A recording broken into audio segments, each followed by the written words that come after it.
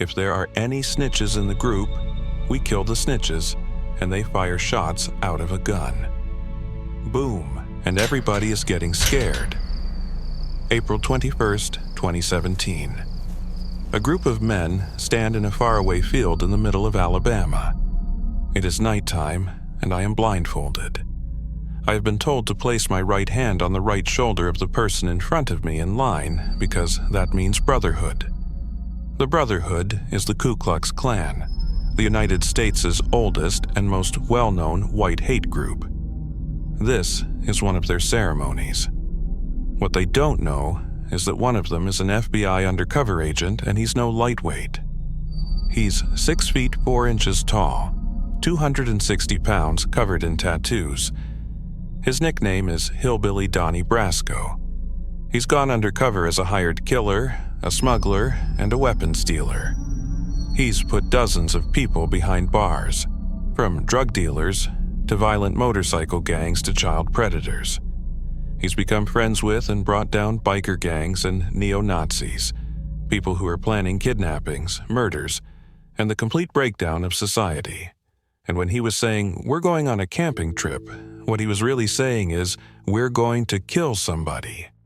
And everybody's screaming, "Death to your Jewish God, death to America." And then somebody says, "If there are any snitches in the group, we kill the snitches," and they fire shots out of a gun. Boom, boom. We drove all the way over to his ranch in Tennessee, and he told us everything. This is the story of Scott Payne, the redneck turned FBI agent who got inside America's criminal underground. Most of this video is based on Scott Payne's book and podcast. Find the links in the description. What I saw was a watery image. It was completely red, and there was a demon looking at me in that watery, rippling image with a grin and long, crooked finger looking at me saying, "Come here," smiling. Scott is 14 years old, and he's just seen a demon. The year before, his parents got divorced, and Scott went down a dark path, talking to spirits, watching scary horror movies, doing rituals, making deals with the devil. That's what brought him here to a friend's house, spending the night. They've had a small amount of alcohol, but no drugs. I would do these little acts where I would pretend I was being possessed by a demon, or I was the devil, or whatever. I was on the couch and I was doing this scene from a movie where somebody is being possessed by a demon. And so I'm fighting in my voice, and then the demon voice comes in and there's this battle, and at the end the demon wins and takes over the person. So that's what I acted like happened, and I'm laughing like the demon, and I rolled over. It all started as a fake demon possession, but then he actually saw a demon figure, and this was his breaking point. So let's just say after the demon scare, I got Jesus scared back into me, and that was it. Not that the devil was done with me, but I was done with him. Halloween night 2019. This is Scott on his final major undercover mission, and this is a goat. It was stolen and is now at the center of a pagan ritual. It's been nearly 35 years since Scott's first meeting with the devil. But on this night, the devil is all around him, and he's definitely not done with Scott. Now, we're all in a circle around the goat. Somehow, I ended up at the back of it. I don't know how.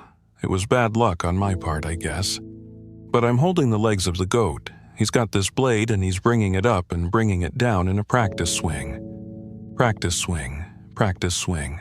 And finally, somebody says, "Just do it." He comes down with every bit of force he's got and hits the back of the goat. And I don't even know if it broke a hair. I don't know if it's because the back is too thick or the blade was too dull, but he hit it, and all you heard was the goat go bah, and I'm like, oh man, this is going to get bloody and bad real fast. The man swings again and again, nothing. Finally, the blade is replaced with a gun. I said, "Whoa, whoa, whoa," and he's like, "What?" I'm like, "Man, look at what you're shooting at. We're all in a circle around this thing." And then he looks, puts a round right in the head of the goat, and it hits the ground. So you think you're done? No, you're not done. Now they slice the throat of the goat and they fill up a cup full of blood. One of them pulls out a sheet of LSD. He goes to each man one by one. Basically, they would take the hit of acid under their tongue, chase it with the blood of the goat to represent the sacrifice or make the sacrifice complete. Scott is one of the few who say no. So, when it gets around to me at the end, I'm looking at the blood and it's already thick and chunky. It's all clotty and I'm looking at it going, man, I really don't want to turn this up and drink it. I mean, this is disgusting. So, I dipped my fingers deep into the blood, pulled them out, and then sucked all the blood off my fingers. This is not the Ku Klux Klan. This group is younger, better equipped, and preparing for a bloodbath. And not only animal blood, but the blood of any human who isn't one of them, Jewish and Black Americans, and anyone they consider traitors to the white race. They're by far the most dangerous group Scott will ever get inside. Unfortunately for these tripping, blood-drinking white racists, Scott Payne has other plans. It's exactly the kind of thing he spent the last 17 years working to stop. I became an FBI agent in 1998, and by 2002, I'd already done some undercover work for the FBI, but I wasn't yet trained through the FBI undercover school. So I finally got a spot. September 2002, Quantico, Virginia. This is the FBI Academy. If you make it through the year-long application process, if you pass the physical and mental tests, the lie detector tests, the interviews, the background checks, if you make it through all that, you end up here in a 20-week training program. If you get through the 20 weeks, you become an FBI agent. Scott's been here before. Now he's back, about to start the training program for undercover agents. Getting into the program is hard enough. Finishing is even harder. Only about half the people who get in make it through. It's a 2-week school with no days off. We're very big on sleep loss. You're going through many different scenarios of all shapes and sizes, and there's only 20 spots for the class. Others break down. They make mistakes during the high-pressure scenarios. They grow tired and crazy from the lack of sleep. But Scott does well, the sleep loss, the constant role play, the hard exercise. If anything, he feeds on it. Meanwhile, he's learning from his heroes, legendary FBI agents like Joe Pistone, who spent 6 years undercover with a crime family, but they don't always notice him. So, I remember Joe Pistone coming to speak, and I was like a kid in a candy store, man. I'm like, oh my gosh, this is Donnie Brasco. This dude did 6 years undercover in the mafia, and he's teaching. But he has this thing where he keeps wanting to walk right up to the desk, so he kept stepping on my feet and I was trying to get out of his way, and then finally, as he's teaching, he just looks down at me and he says, Jesus, kid, either you got the biggest feet I've ever seen or I can't see.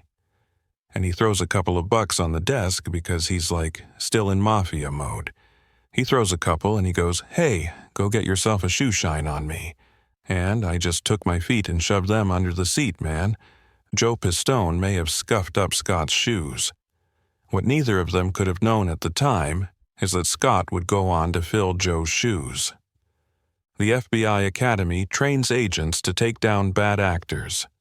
More and more of these criminals work online.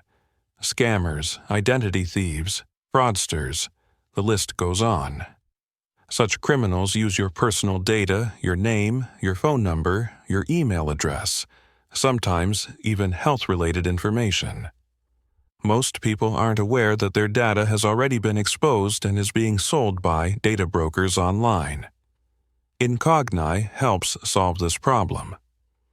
Incogni contacts hundreds of data brokers and then uses data protection laws to have your exposed data deleted. With their unlimited plan, Incogni even offers custom removals. If you find your personal data exposed on an eligible website, you can submit the URL, and the team will request its removal.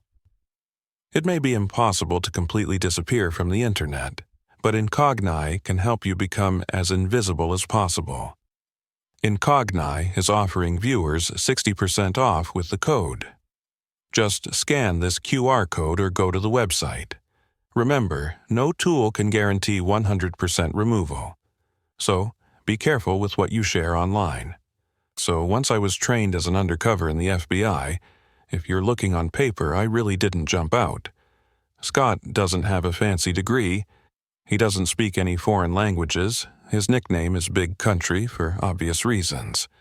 So he begins to work as a teacher at the school he just graduated from.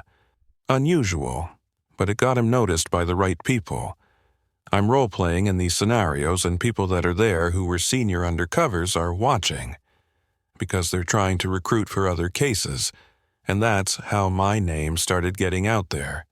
So after months, there's finally a possible assignment, one that Scott is perfect for.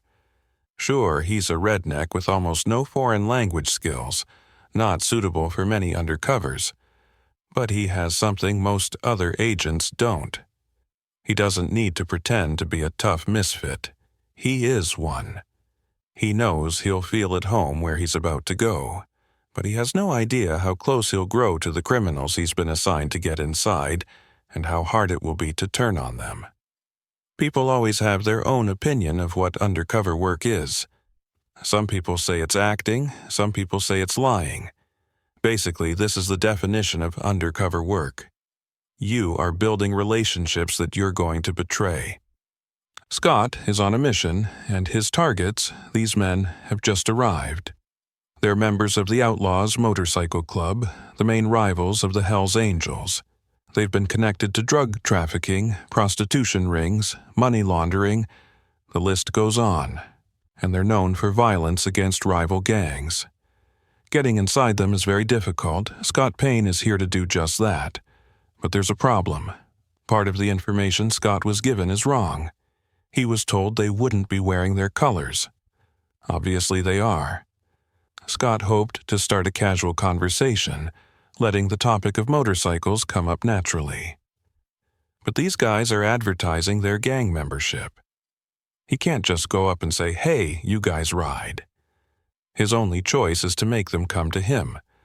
Luckily, another part of the information is right. This guy, road name Spanky, loves to be the center of attention. So Scott steals it. He works the crowd. He tells jokes. He talks loudly. He draws attention to himself, making Spanky want to steal it back. Soon enough, Spanky asks where Scott is from and sends him a drink. Spanky's called me over. He's introducing me to other people. And of course, I'm getting more looked at. The more people I meet, the more I'm looked at. Everything seems to be going well, but the real test happens somewhere else. So I walk into the bathroom, and as I'm at the urinal, and a lot of bars, there's a little box in front of the urinal made of glass. It might be flyers for a band coming up or a dancer coming to town or something like that. So I can see a little bit of a reflection, and I see this big muscular dude come walking in, and I see him looking at each stall, and he's like, "Okay, that's empty." I see him looking under the stalls to make sure nobody's in there, and I'm watching this from a reflection, and then he comes walking up right beside me, and for a split second I thought I'm getting jumped. I'm getting attacked right here. And that didn't happen. He says, "So, what brings you to Massachusetts?" All undercover FBI agents have a legend. A detailed, made-up backstory that they have to remember. He's from deep South Texas, up in Massachusetts for work. He loves Harleys and whiskey, and his name is Scott Calloway. As it happens, the guy questioning him in the bathroom is also named Scott Town. A lot of undercovers, you bond with people, especially deep undercover long-term, but there's never been another person I bonded with closer than Scott Town. For a year and a half, Scott gets to know the outlaws. He drinks with them, rides with them, fights alongside them. He gains their trust. He becomes their friend. They call him Tex. Scott's legend may be a lie, but the friendships are real. Scott Town becomes like a brother. He likes to drink. I like to drink. He likes to fight. I like to fight. He likes to ride and lift. I like to ride and lift. We finished each other's sentences. We were just kind of cut from the same cloth. They even both have a daughter who's the exact same age. Scott Town is kind of like another version of Scott, the person Scott Payne might have become if he hadn't gone into law enforcement. Another gang member, Brian DeVaga, also known as Clothesline, also becomes a close friend of Scott's. He said, "And these guys are my brothers, and I grew up around them." He said, "But I really don't have that many friends. Somebody that I know would take a bullet for me and that I would take a bullet for." And in my mind, I'm looking at his face and I'm going, "Oh no, man, don't say it." And he looks at me and says, "You're one of those guys. Tomorrow is the big day." Over the last year, Scott has convinced the outlaws that he's a high-ranking member of an international theft ring. They begin running jobs together. It starts small with insurance fraud and vehicle trafficking. An outlaw reports a motorcycle is stolen. He then files an insurance claim while Scott sells the motorcycle across the border. A double win. Money from the insurance company, money from the sale. They do this again and again with motorcycles and other vehicles. But tomorrow's job is different. Some of the outlaws will be working as security during a major drug deal, a job arranged by Scott himself. He's revealed that he has connections with a Mexican drug cartel. No surprise, considering his line of work and his closeness to the Mexican border. The stakes are high. If they get caught, they'll be looking at serious jail time. And if something goes wrong during the deal, the bullets will start flying. So, when Scott is told to meet the outlaws at their clubhouse, he's not surprised. They probably want to go over the plan one last time. Scott arrives. The place is familiar. He's been here countless times. He knows what's behind every door in the building except one. Clothesline leads him to that very door. Now he realizes that something is wrong. Scott is told to strip. They need to check him for a wire. Because of the stress of this happening, I forget my middle name. I'm having an adrenaline dump, and for anybody who's ever had it, it can be any scary experience. But I'm having hearing problems. So what I hear sounds like I'm underwater. It's going whoosh whoosh.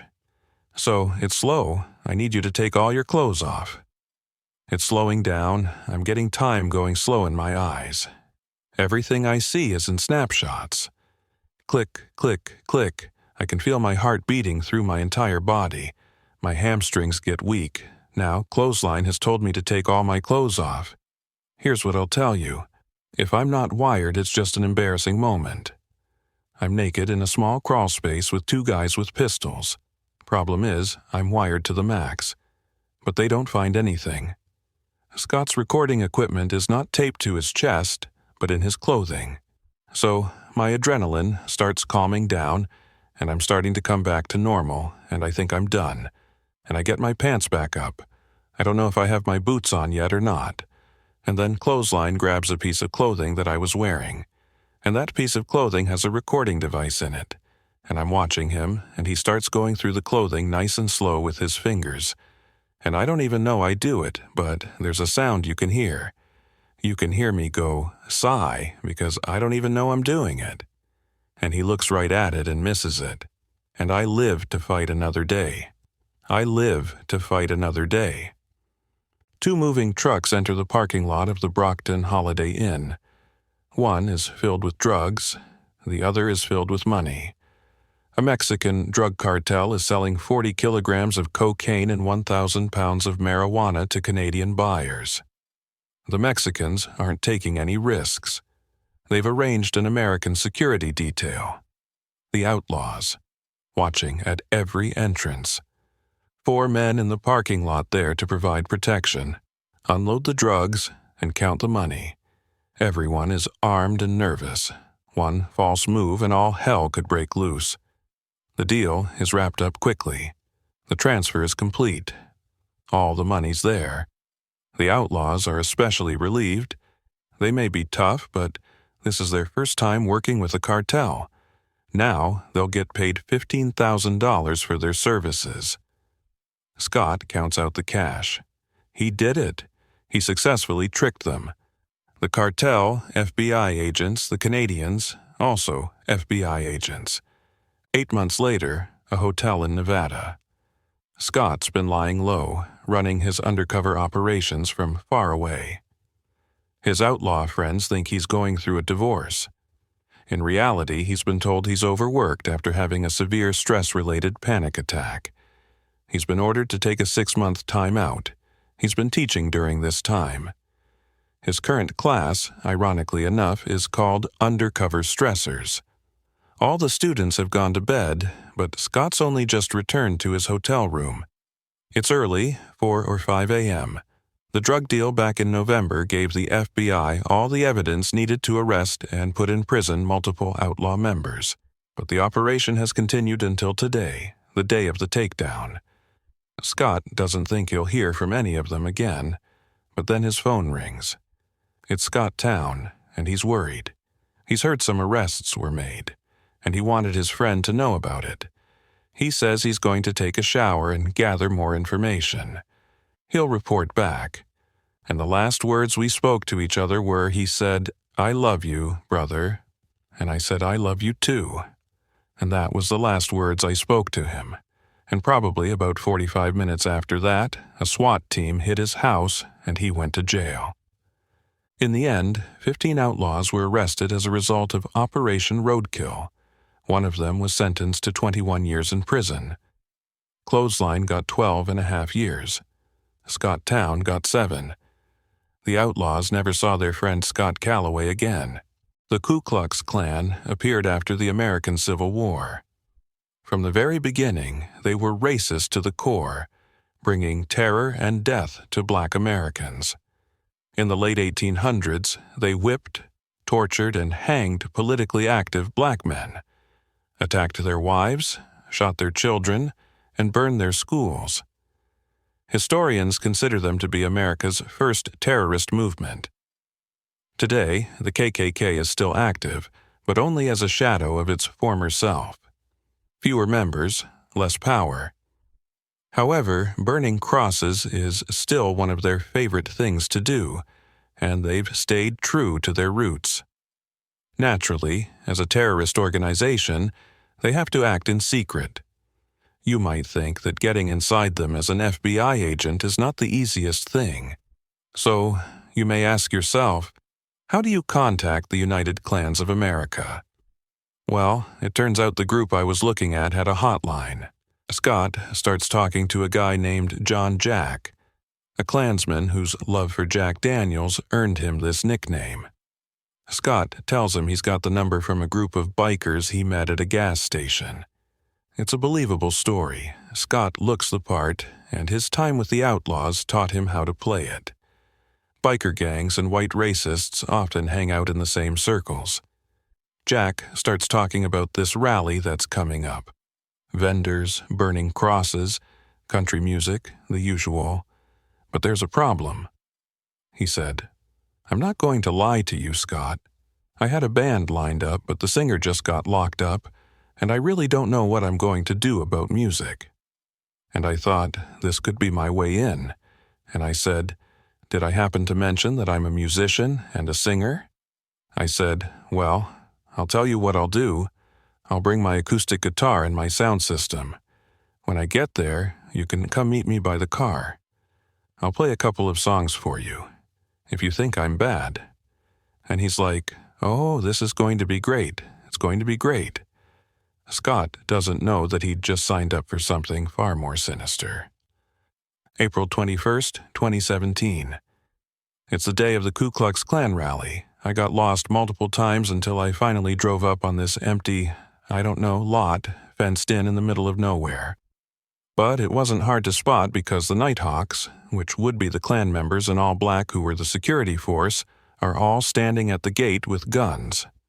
And a lot of these people were criminals. Scott's ready for an interesting time. He's been to plenty of biker gatherings, and perhaps this will be similar. During his mission, Scott will be taught the KKK's Constitution and rules, studying the Black Klansman Handbook, which he'll learn to call the Kloran. He'll become familiar with the original mystic symbol of the Klansmen. He'll learn this all in class with a K so that he can pass the conversation test, something you have to do before getting fitted for a robe. Conversation stands for character, honor, duty. It's getting dark, and he's been invited to take part in a naturalization ceremony. He has no idea what this means, but all the new people are doing it. He'd stick out if he didn't, and that's how he finds himself in the middle of a field, blindfolded, holding the shoulder of the man in front of him, a gesture meant to mean brotherhood. They are told to raise their right hands and repeat an oath. I do swear from this moment forward. And then they tell us to get down on our knees to support the welfare of the white race. So I'm on my knees, blindfolded, and further the work of America's greatest movement. They take my blindfold off, and there's a Ku Klux Klan member in a green robe, and he has this sword, and he kind of knights me. The United Klans of America. And then we all hug, and there's a little bit of a celebration, and I'm not sure what happened. And then it hits me as I'm walking to my truck. I'm like, I think I just joined the Klan. Yep, that's what that was. So I got naturalized in the Ku Klux Klan that night. Scott's time at the KKK will end up being pretty short-lived. The case isn't really going anywhere, and there's another group coming into focus, a far more dangerous one. In the FBI, we started seeing more violent-type extremism. Not the KKK types, we're talking advanced neo-Nazism, and it led me to a group called The Base.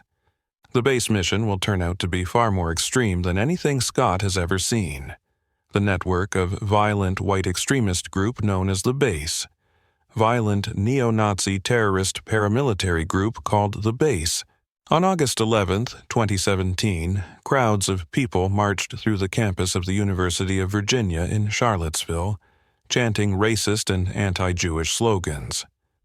They were protesting the removal of a statue of Robert E. Lee, the famous Confederate general. The next day, they were met by counter-protesters, and things quickly turned violent. Then they turned deadly. A white racist drove his car into a crowd of counter-protesters, injuring 35 people and killing Heather Heyer. For some, the Unite the Right rally was a wake-up call, surprising proof that white racism continues in America. To others, it was a grim reminder and frightening evidence that white racists were feeling bold enough to come out of the shadows. The first accelerationist group appeared in 2015. They called themselves Atomwaffen Division. They'd been inspired by the writings of the neo-Nazi James Mason, whose book Siege had become a sort of Bible for accelerationists. The book denies the Holocaust and attacks gay people and Jewish people. It also calls for organized violence, specifically for the formation of terror cells prepared to wage war against the system. At first seen as fringe or even cringe, accelerationism steadily gained popularity. By 2021, roughly 90% of white nationalist groups identified as accelerationist.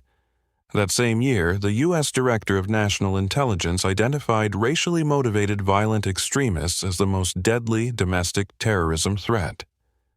More than other white racist beliefs, accelerationism insists on the importance of direct violent action, the kind of action taken by the people they call saints. Like St. Tarrant for Brenton Tarrant, the Australian white racist who attacked 2 mosques in Christchurch, New Zealand.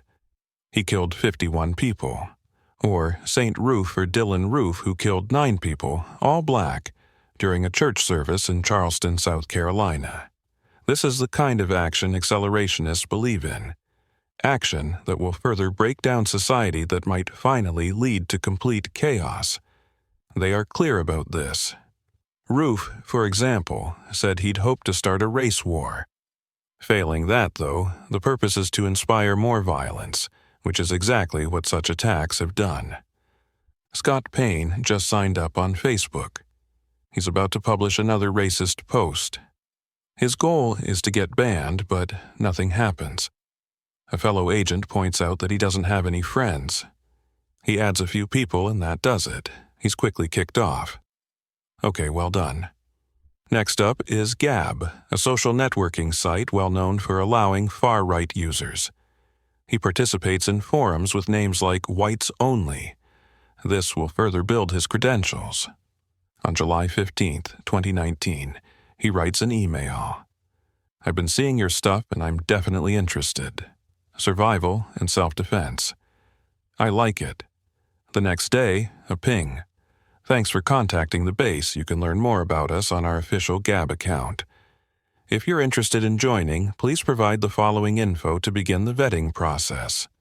The base is a white racist neo-Nazi group. They were just founded a year ago, and they are accelerationists through and through. Their plan includes murders, sabotage, and acts of terrorism. Their targets are black people, Jewish people, and anyone they consider traitors to the white race. They want to do guerrilla warfare tactics, so it's murdering people and disappearing. It's poisoning a water system, taking down a power grid, derailing a train, anything that causes chaos. The idea is that after the collapse, the group cells scattered across the world will form white-only states led by white racists. This event, total societal collapse, has a special name, the Boogaloo. Now, Scott is trying to join them. They ask for his name, White Warrior 88, and his age, 44. Scott Payne is actually 48, but he knows most base members are between 18 and 25. He wants to seem as young as possible. Sex, race, location, military experience, fitness level, special training, and organization memberships. Here, his past undercover experiences pay off. He mentions the Klan and biker gangs. So here I am, for about a week or more. I'm emailing back and forth to somebody with a Proton email account, and they're asking me all kinds of questions about my race, what I can bring to the table, what is my history, and I laid out a story that I was an old biker, shocker, and a former skinhead from South Carolina. As Scott would find out later, the owner of that email account was none other than the founder of the base himself. Online, he's known as Norman Spear and Roman Wolf. He's been on the public's radar since 2018, but his true identity is unknown. That is, unless you're in the FBI. Ronaldo Nazaro is 45 American, born in New Jersey. He'd worked as a contractor in Iraq for the Department of Justice. Now, he's in Russia, but it's 2019. You can organize neo-Nazis into a network of accelerationist fighters from just about anywhere. The email exchange continues for less than a week.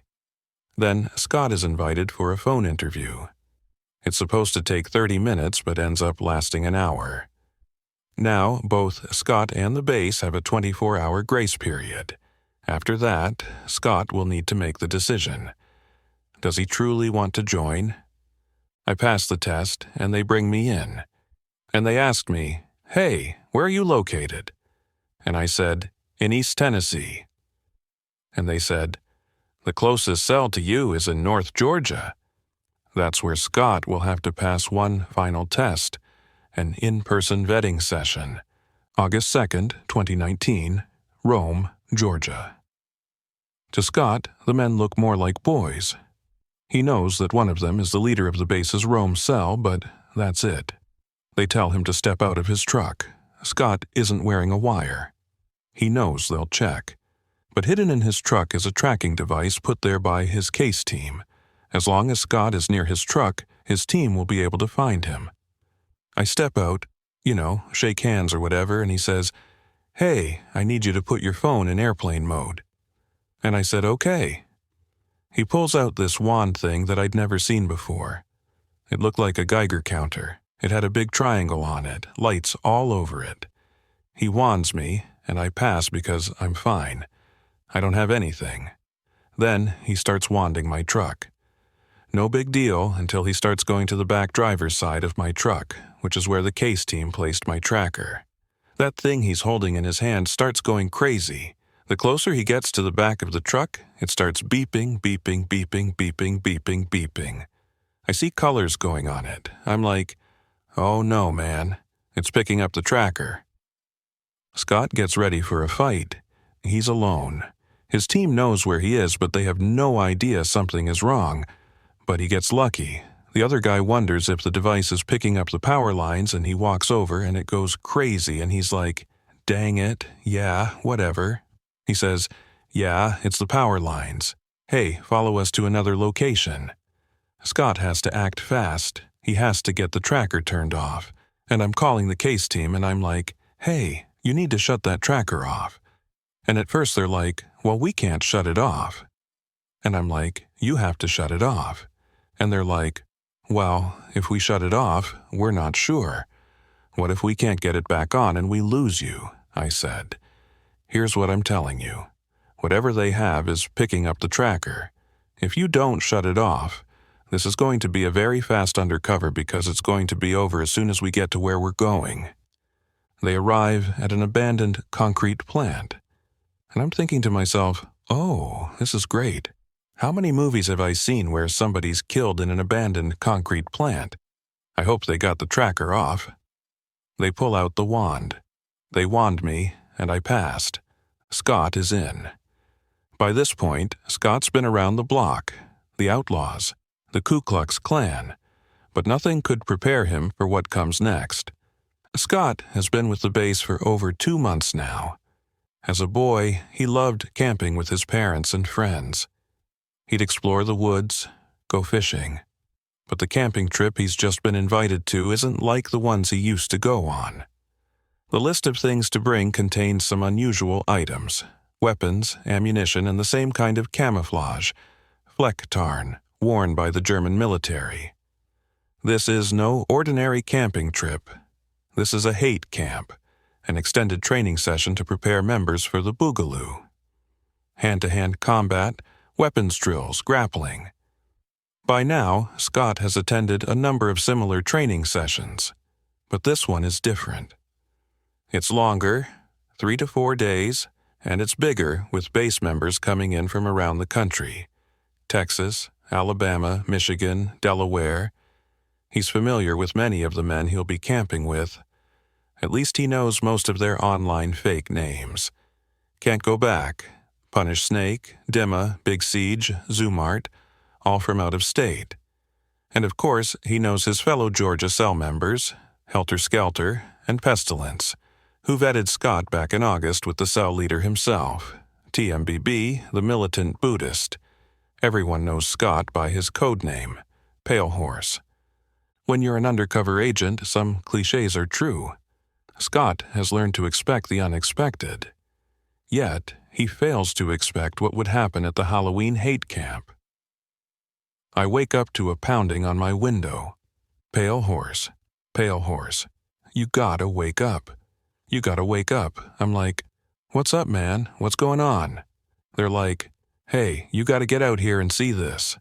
I've been doing undercover since 1996 at this point, and I have never been with a group of people where I had to burn Bibles, burn American flags. I sure wasn't part of a group that went out and stole a goat, and we sacrificed it at a pagan ritual and drank its blood. And I did all that in 3 days with these guys. After they cut off the head of the goat, the group comes together for a barbecue. They roast the goat over an open fire and have it for dinner. All of this, of course, while tripping on drugs. It's impossible to know what appeared in their brains that night, what scary visions they saw. If their drug-filled fantasies were anything like their normal ones, then they dreamed of death and destruction, of killing Black Americans, Jews, anti-fascists, and communists of the Boogaloo. Scott has become disturbingly familiar with these fantasies and with the beliefs that produce them. Behind each fake name is a young man, and within each young man is a darkness. The militant Buddhist real name is Luke Lane. If the Boogaloo requires it, he says he could kill his dad. Pestilence is Jacob Catterley. He believes Hitler is still alive. Michael Helterbrand, also known as Helter Skelter, says he'd have no problem killing a commie kid. Punish Snake, a former Canadian soldier who'd been exposed by an undercover journalist, gets emotional talking about it. But he knows he'll have to kill his ex-fiancée when the Boogaloo kicks off. She's half black. Scott Payne records all of this, and as he earns their trust, he records more. And we did more and more trainings through that Saturday. But by that Saturday night, we went back down to the holy site and had a bonfire. And that's where the American flags were burned. That's where holy Bibles were set on fire and everybody screaming, "Death to your Jewish God, death to America." And when that training camp ended, that's when I moved up even more in them trusting me. And that's when TMBB and Pestilence started bringing me in on murder plots that they had. It's more than 2 months later, and Scott is back at TMBB's farm, the 100-acre property where the Halloween hate camp took place. For the last few weeks, TMBB has been talking about another camping trip, but he's been secretive. He doesn't want to share information through chat. Scott has convinced him to meet. He wants details. It turns out the camping trip isn't a camping trip. It's a hit job. TMBB creates a separate chat room called the camping trip. And when he was saying we're going on a camping trip, what he was saying is we're going to kill somebody. Their target is an active Antifa couple in the Georgia area. It was going to be me, TMBB, Pestilence, and Helter Skelter, and we were all going to make entry into the house. TMBB wanted me to go with him to kill everybody, while Helter Skelter would be covering by the window to make sure no cops were coming and stuff like that or help.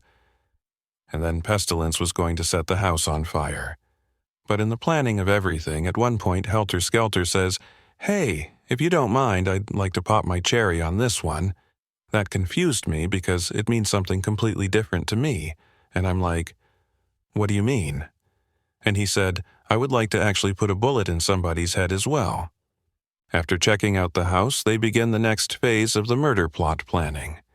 It was pretty detailed. Like you go to a camping site, we leave everything digital, everything, phones, everything. Then we go scrub ourselves at a pay-by-the-hour motel. We tape our pants to our shoes, our gloves to our shirts. Vaseline on eyebrows and facial hair. So, this is all to avoid leaving DNA for law enforcement. At one point, TMBB had done research and he said that he read that the first time somebody kills somebody, they lose control of their bowels. So, he was suggesting that we all wear adult diapers. I didn't tell him that I'd killed somebody before, but I told him, I think I'm okay. I don't need any diapers. I was just as shocked when I got brought in on this murder plot as most people were. But while this is going on, the Baltimore Cell, which is Can't Go Back and Eisen and Punish Snake, are planning to go to the Second Amendment gun rights rally in Virginia that they thought was going to be the kickoff of the Boogaloo and the D-Day, the race war. Their idea was they knew you're going to have a bunch of Second Amendment people there, militias, 3%ers, you're going to have cops, you're going to have protesters. What if you pop a couple of rounds into that crowd? Nobody knows who's shooting at who, and everybody starts shooting each other. That could be the start. Scott and his team know they have to stop them, and there's no time to lose. The pro-gun rally is on January 20th, 2020, just a few months away. They jump into action. The next weeks are full of activity, meeting, planning, and organizing. Finally, the day of the bust arrives. It's a Wednesday, and I'm in Rome, Georgia. I pick up Luke, who's TMBB, to go to lunch, and we pull out, and as I'm driving down the road, I knew what my trick was going to be. I was going to say something was wrong with the truck, but sure enough, the truck made some loud sound I've never heard. I didn't hit anything. Something just went bang, and I was like, "Did you hear that?" He's like, "Yeah." And I go, "Man, if my brake calipers are frozen again, I'm going to be mad because that did happen." So I took a left out of his neighborhood, pre-planned by the SWAT team.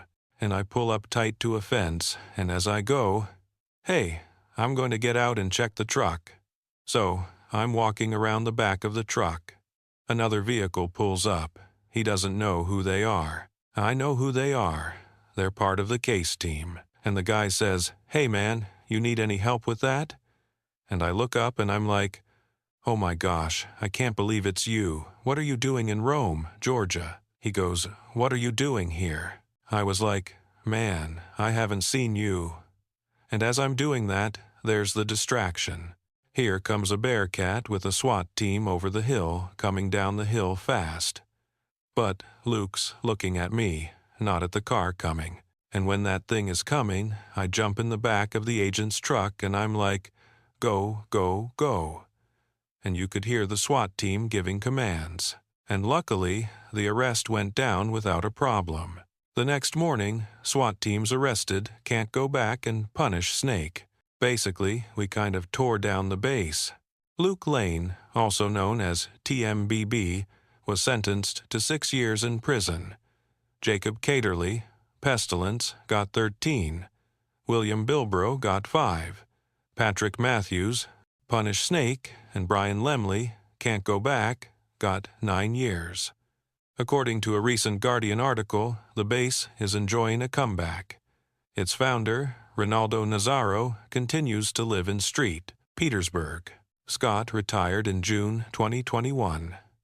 At his retirement ceremony, attended by friends, family, co-workers, and top FBI officials, June 30th was named Scott Payne Day.